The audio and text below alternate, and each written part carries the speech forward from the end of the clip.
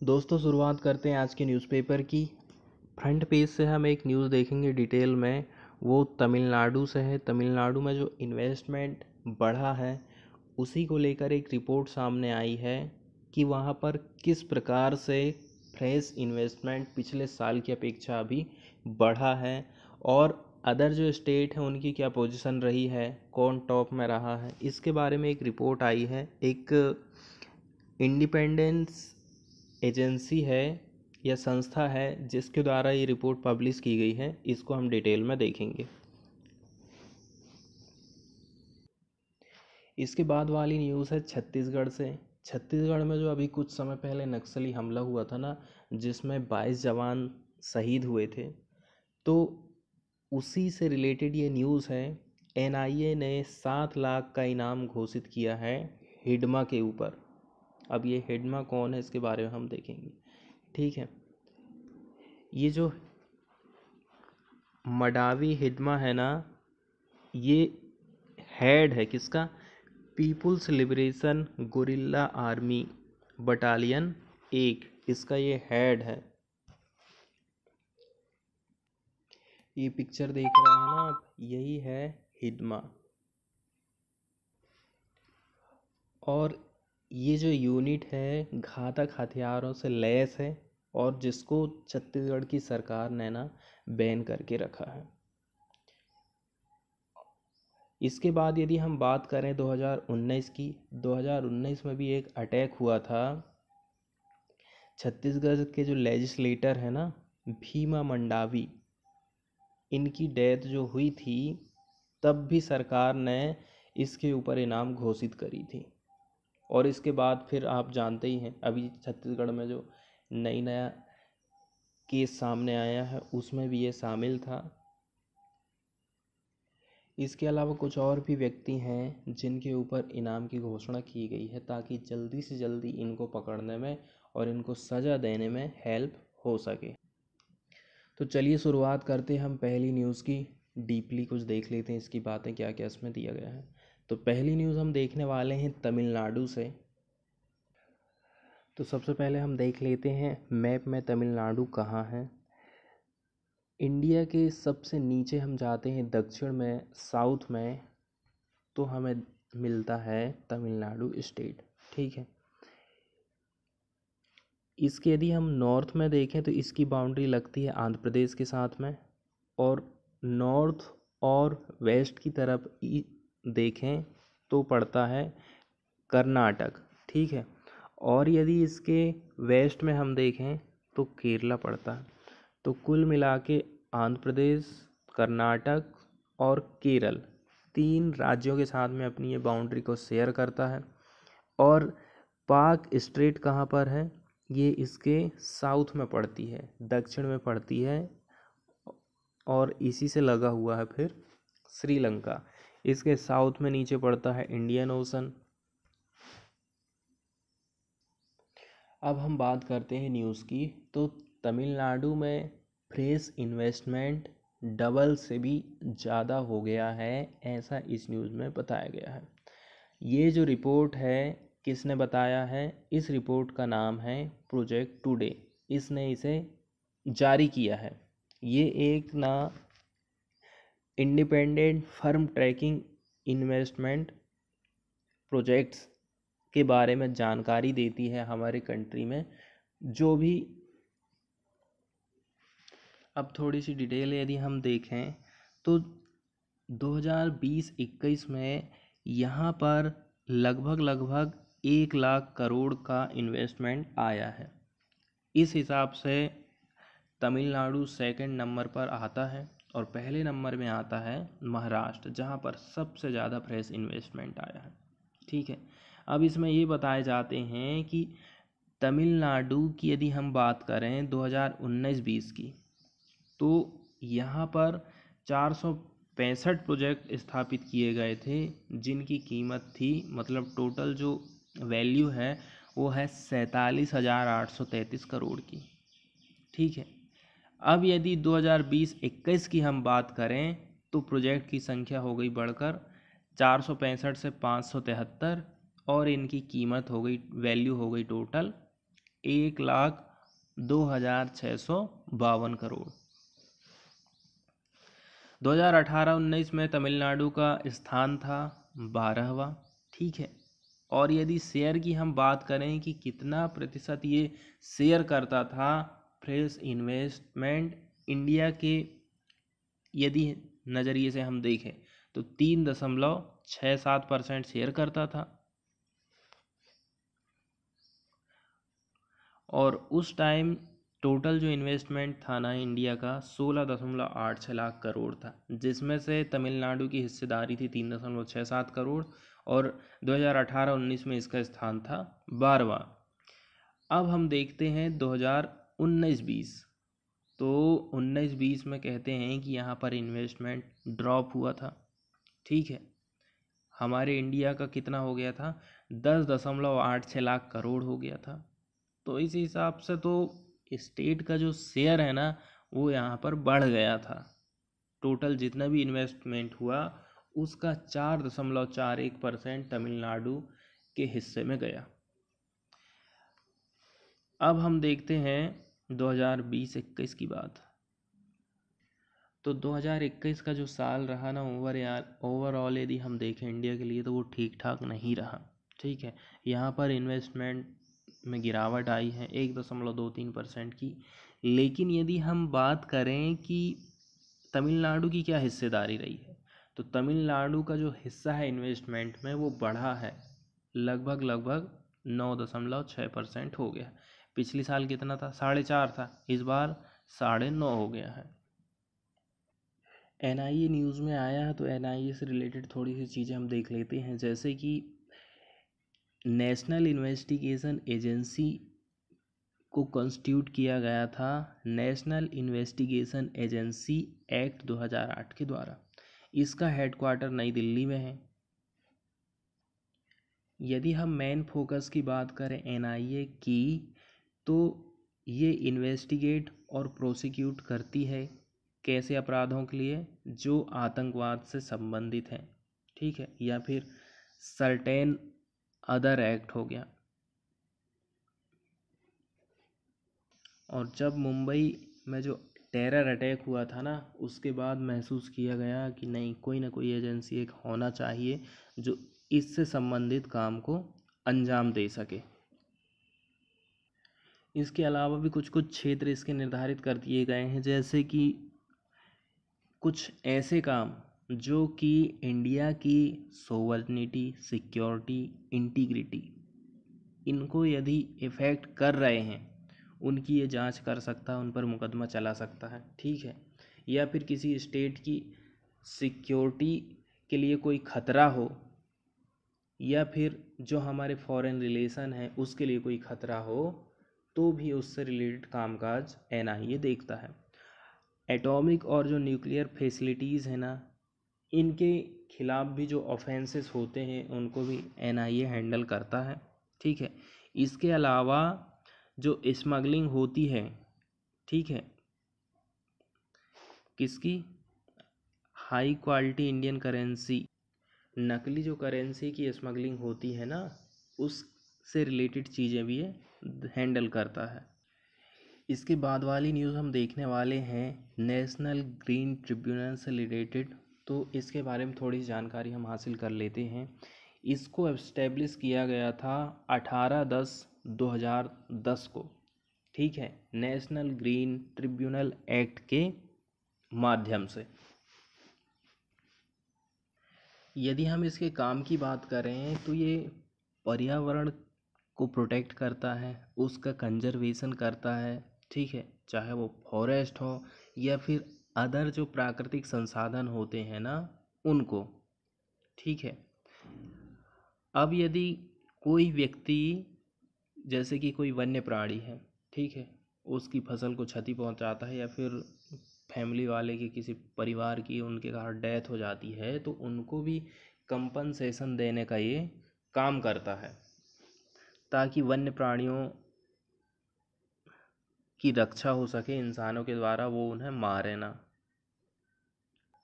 अब इसकी ज़रूरत क्यों पड़ी, इसकी यदि हम बात करें तो हमारे जो सिविल कोर्ट होते हैं ना, वहाँ पर ऑलरेडी से इतने ज़्यादा केस पेंडिंग रहते हैं। यदि हम पर्यावरण से रिलेटेड मुद्दे और वहाँ पर लेके जाएं तो वो उनकी जो पेंडेंसी है बहुत ज़्यादा हाई हो जाएगी, बहुत ज़्यादा लंबे चलेंगे वो केस। इसलिए सरकार को ऐसा लगा कि नहीं, इसके लिए अलग से हमें ऐसी संस्था बनाने की ज़रूरत है, इसलिए इसको बनाया। इसमें अच्छी बात यह है कि टाइम भी निर्धारित कर दिया गया है। निर्धारित कर दिया गया है कि हम 6 महीने के अंदर अंदर सारे काम निपटा लेंगे, ऐसा इसमें टाइम निर्धारित किया गया। और इसमें डिस्पोजल की भी टाइमिंग वही है और अपील की भी जो टाइमिंग है ना, सेम ही है इसमें।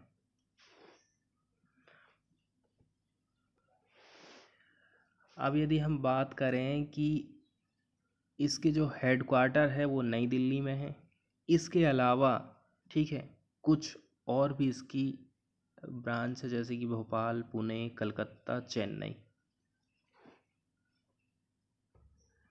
तो एनजीटी में एक याचिका दायर की गई थी जिसमें ये कहा गया था क्रिकेट के जो मैदान होते हैं वहाँ पर जो ग्राउंड वाटर का बहुत ज़्यादा इस्तेमाल हो रहा है उसको रेगुलेट किया जाए, उसके लिए कुछ नियम कानून निर्धारित किए जाएं ताकि ग्राउंड वाटर की जो समस्या है उससे हम निपट सकें। एनजीटी का ये कहना है कि कम से कम आप ग्राउंड वाटर का इस्तेमाल मत करिए मेंटेनेंस के लिए जब कि कोई मैच ही नहीं हो रहा है, ठीक है।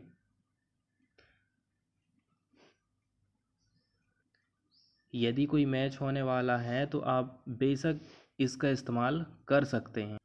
और दूसरी बात ये है कि यदि पानी आपको चाहिए ही तो आप सीवेज ट्रीटमेंट प्लांट का जो ट्रीटेड वाटर है ना, एसटीपी, उसके यूटिलाइजेशन को आप एक्सप्लोर करिए, उसका इस्तेमाल करिए आप, ऐसा एनजीटी का कहना है। तो सही भी बात है, जो पानी एक्स्ट्रा हम वेस्ट कर दे रहे हैं उसका इस्तेमाल हम इस टाइप के कामों में करना चाहिए हमें।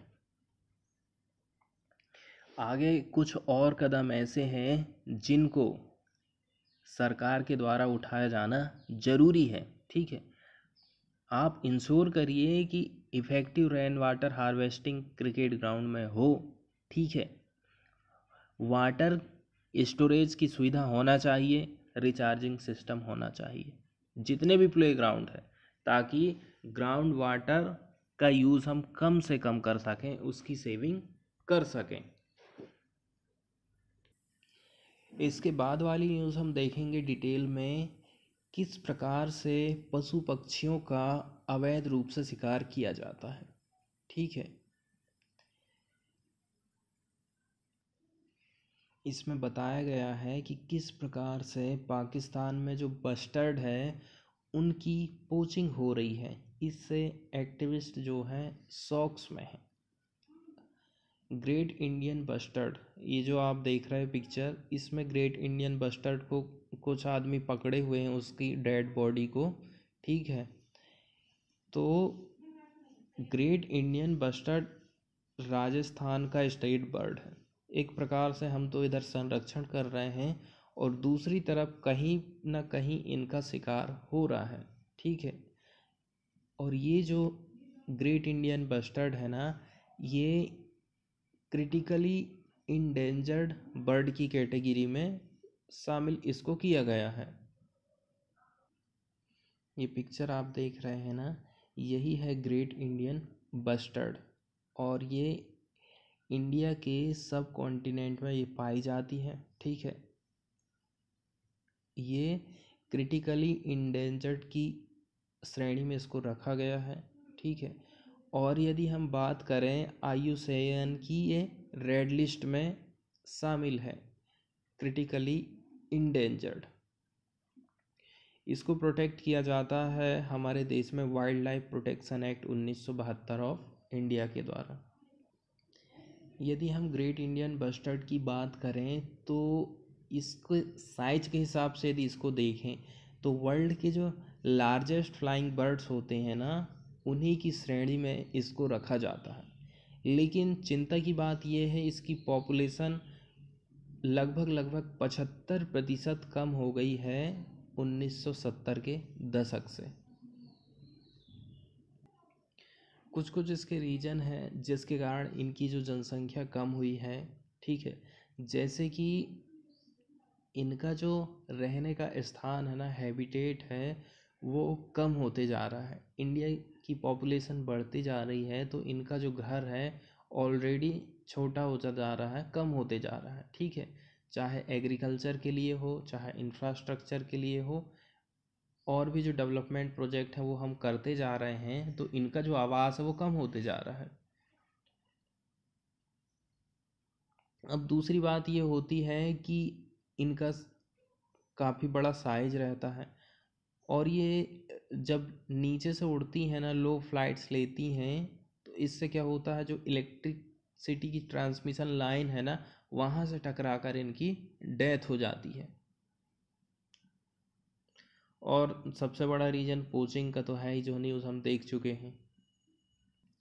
पोचिंग वाली जो न्यूज़ आई है वो है चोलिस्तान डेजर्ट से।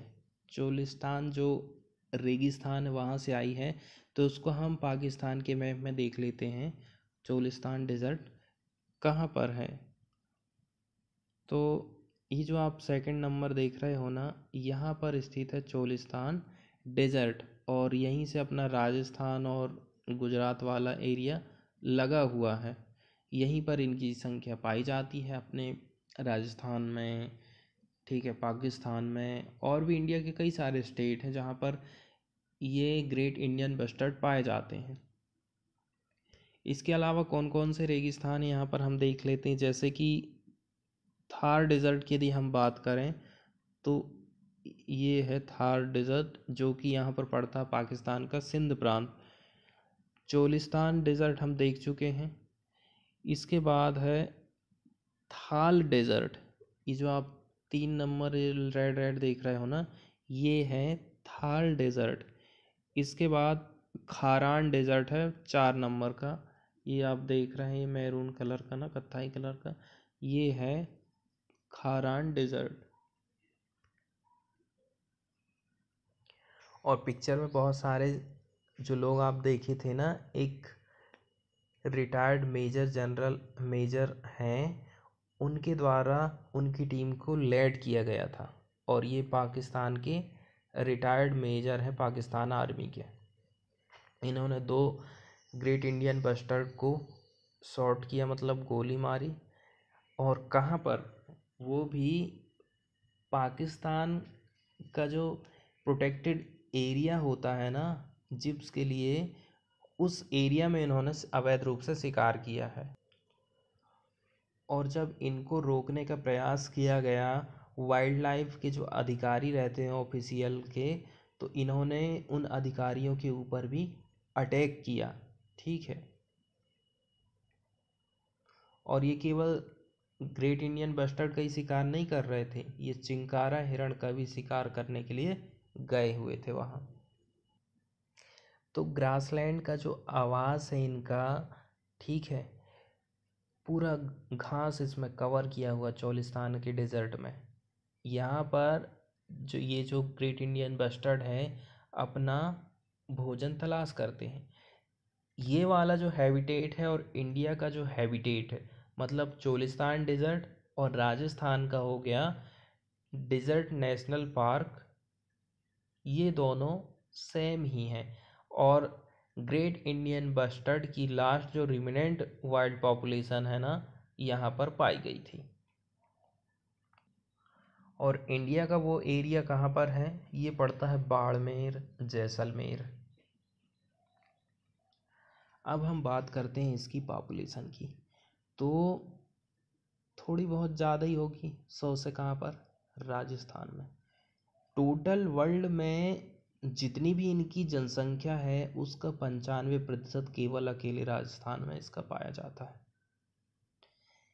यदि हम IUCN की बात करें तो इसको इंडेंजर्ड की कैटेगरी में डाला गया था 1994 में, ठीक है।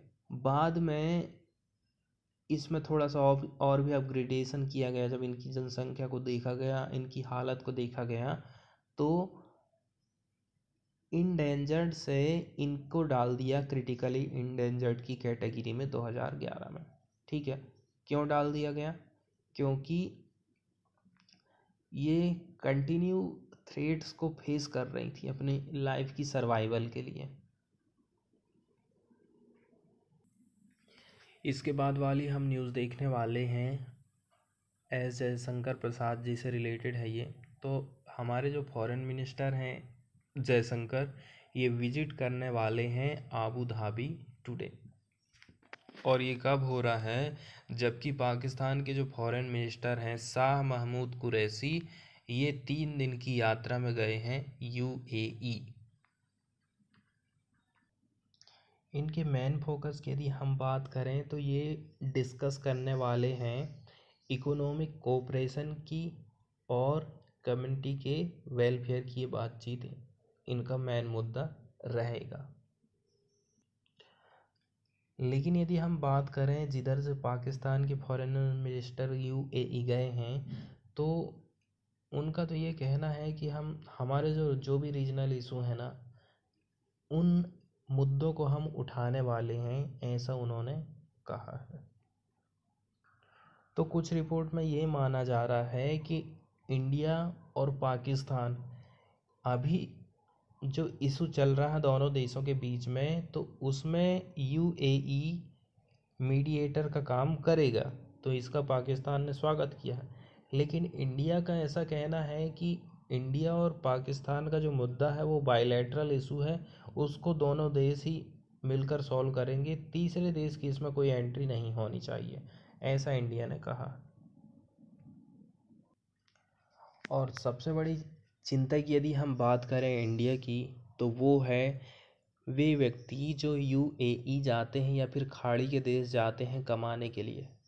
पेंडेमिक के दौरान उनका काम धाम बिल्कुल ठप हो गया था, तो उनको रिटर्न अपने इंडिया आना पड़ा, तो उनका रोज़गार छिन गया है। इसलिए इस मुद्दे को भी इंडिया उठाएगा। ठीक है, कई सारे जो काम करने वाले व्यक्ति हैं ना, वो केरल रिटर्न आ गए थे, क्योंकि अब वहाँ जब कोई काम ही नहीं रहा तो क्या करेंगे। तो ये सब चीज़ों को लेकर रीएम्प्लॉयड की इशू को भी एस जयशंकर उठाने वाले हैं। इसके बाद वाली न्यूज़ हम देखने वाले हैं ईरान से रिलेटेड। ईरान ने उस व्यक्ति का नाम बता दिया है जो कि नटांज का जो परमाणु केंद्र है ना, संयंत्र है जहाँ पर ईरान का, उसमें कुछ दिन पहले जो साइबर अटैक हुआ था, जहाँ पर बिजली कुछ देर के लिए ठप हो गई थी, उसी चक्कर में जो सेंट्रीफ्यूजेस हैं जिनका यूज़ परमाणु हथियार बनाने में किया जाता है, वो डैमेज हो गए थे। ठीक है, तो इसी के चलते उन्होंने एक व्यक्ति का नाम डिक्लेयर किया है जिनका नाम है रेजा करीमी। इनकी एज बताई जा रही है 43। इनकी पासपोर्ट साइज़ की फ़ोटोग्राफ भी उन्होंने बताया है, और ये बताया है कि ये इनका जन्म स्थान है कशन, ईरान। अगली न्यूज़ है नासा से। नासा का एक मिशन है स्पेस एक्स, ठीक है, जिसके अंतर्गत 2024 तक ह्यूमन को चंद्रमा में ले जाने का एक प्रोग्राम इनके द्वारा बनाया गया है। अब इलॉन मस्क की ओन्ड वाली जो कंपनी है जिसके वो खुद मालिक हैं, ठीक है, स्पेस एक्स, इसको नासा की तरफ से कुछ अवार्ड दिया गया है, मतलब कुछ सहायता प्राप्त की गई है। कितने डॉलर की? लगभग 2.9 बिलियन का जो कॉन्ट्रैक्ट है किया गया है, ताकि एक स्पेस क्राफ्ट को बनाया जा सके और जो एस्ट्रोनॉट है ना, उनको मून तक लेकर जाया जा सके। इसके बाद वाली न्यूज़ हम देखने वाले हैं साइंस से। तो अन्य ग्रहों से हमारी पृथ्वी पर जो डस्ट आती है उसकी कितनी क्वांटिटी है, एक साल में टोटल कितनी डस्ट आ जाती है, इसका आकलन वैज्ञानिकों ने किया है। ठीक है, तो यदि हम बात करें, इसको माइक्रोमीटर्स में मेज़र करते हैं, तो 30 से 200 माइक्रोमीटर इनका मेज़र होता है, मापदंड होता है इनका। और हर साल कितनी हमारी धरती पर ये स्टार डस्ट पहुँच जाती है, तो 5200 टन हर साल हमारी धरती में ये स्टार डस्ट पहुँच रही है, ऐसा वैज्ञानिकों का कहना है। इसके बाद वाली न्यूज़ हम देखेंगे माइक्रो फॉसिल से रिलेटेड। तो सबसे पहले हम माइक्रो फॉसिल्स को जान लेते हैं। तो ऐसा फॉसिल्स या फिर फॉसिल्स का फ्रेगमेंट जिसको हम केवल माइक्रोस्कोप की सहायता से ही देख पाएंगे, उसको हम कहते हैं माइक्रो फॉसिल्स।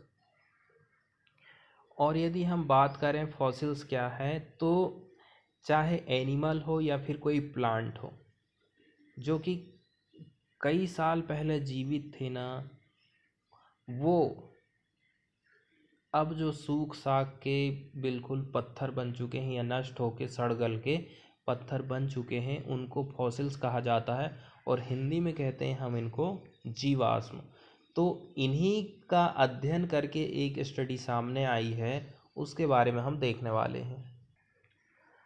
अब हम बात करते हैं न्यूज़ की। तो ये जो आप पिक्चर देख रहे हो, ये लगभग 220 मिलियन साल पुराना ओल्ड के जैसा एक क्रिएचर है। ठीक है, ये बताता है कि कभी ऐसे स्ट्रक्चर के जीव जंतु भी उस टाइम में पाए जाते थे। ये बात माइक्रोफॉसिल की सहायता से वैज्ञानिकों को पता चली है। इसको, ये जो पिक्चर आप देख रहे हैं ना, इसका नाम दिया गया है साइनोडोंट। अब हम बात करते हैं स्टडी के बारे में। तो आईआईटी खड़गपुर, इन्होंने क्या काम किया, इलेक्ट्रॉन माइक्रोस्कोपी का प्रयोग किया स्कैनिंग के लिए। और लगभग 10 जो दांत है ना, इन सैंपल को कलेक्ट किया। कहाँ से? तिहकी शहडोल डिस्ट्रिक्ट मध्य प्रदेश से। तो टीथ की जो स्टडी की गई थी वो थी साइज से रिलेटेड। ठीक है, उसके क्रॉप शेप, उसकी स्ट्रक्चर। ठीक है, और कंपेयर करने के लिए पहले जो साइनोडोंट्स पाए जाते थे ना, उनसे कि उनके और इनके दांत में क्या समानता या फिर असमानताएं हैं। अब रिजल्ट में ये शो हुआ कि उन्होंने एक नई स्पीसीज को फाउंड किया और उसको उन्होंने नाम रख दिया रीवा कोनोडोन इंडिकस, जो कि इंडिकेट करता है इंडिया को। इसके अलावा इन्होंने 2 अलग अलग पीढ़ी को भी फाउंड किया है और अलग अलग उनका नाम रख दिया है। ठीक है, जैसे कि पहला नाम इन्होंने रखा था इंडीथेरियम फ्लोरिस। इंडी मतलब इंडिया हो गया और थेरियम का मतलब हो गया बीस्ट। ठीक है, एक प्रजाति तो ये इन्होंने पाई। अब एक दांत है जो कि फ्लावर के शेप में था, क्राउन। ठीक है, इसके बाद जो सेकंड नाम रखा गया वो टिकियोडोन क्रोम्पटोनी। ठीक है, टिकी का जो फॉर्मेशन है वो ग्रीक वर्ड से हुआ है। ओडोन का मतलब होता है दांत। और आगे साइंटिस्टों का ये कहना है कि इन्होंने जो मोलर मतलब दाढ़ जो होती है ना, और प्री मोलर टीथ, ठीक है, इनका जब इन्होंने स्टडी किया तो इससे पता चलता है कैसे कोई भी प्राणी विकसित होता है और कैसे अपने आप को मॉडिफाई करता है। यदि उनका शेप क्राउन शेप रहा तो वो ये बताता है कि ये जो एनिमल है ना, एक्चुअली में इंटरमीडिएट इंटरमीडिएट फॉर्म है, ठीक है, जो कि बिल्कुल क्लोज है मैमेलियन लाइन ऑफ एवोल्यूशन से। मतलब मैमल्स स्तनधारियों का जब विकास हुआ ना, तो उसी का एक्चुअली क्या है, इंटरमीडिएट फॉर्म है।